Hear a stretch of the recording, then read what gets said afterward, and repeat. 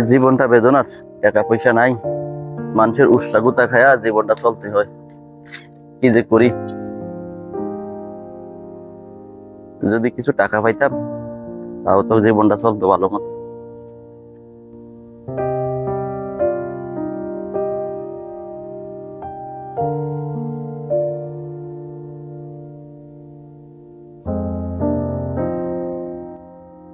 একটা বস্তা পড়ে রয়েছে, কি এটার ভিতরে?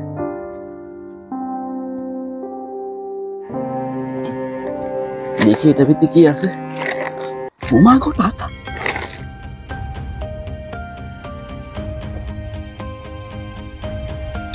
অনেকগুলো টাকা তো পেয়ে গেলাম, একটা গাড়িও কিনে নিলাম টাকা দিয়ে। গাড়ি কিনে এখন ঢাকা যাব, ঢাকা গিয়ে একটা প্লট কিনবো। অনেক দিনে একটি আশা পূর্ণ হয়েছে, অনেকগুলো টাকা পেয়েছি। এই টাকাটা যদি আরো আগে পেতাম তাহলে তো জীবনটা আরো আগেই চেঞ্জ হয়ে যেত। একটা ড্রাইভারও রেখেছি, ব্যক্তিগত ড্রাইভার।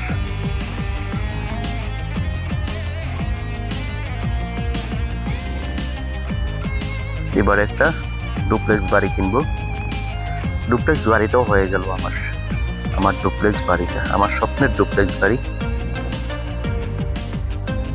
টাকাটা যদি আগেই আসতো তাহলে জীবনটা আরো আগেই চেঞ্জ হয়েছে, একটু সময় লেগেছে, তারপরে যে চেঞ্জ হয়েছে এত দ্রুত, আর কি লাগে। এবার সুন্দর দেখে একটা, আর বলবো না, পরেরটা পরেই।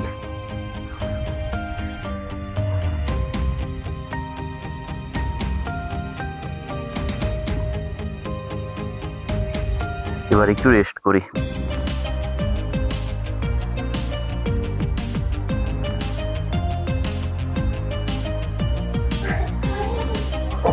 দাঁড়ান দাঁড়ান দাঁড়ান দাঁড়ান, আমি স্বপ্নে নিয়ে দেখলাম এতক্ষণ ধরে, আমার টাকা গেল কোথায়?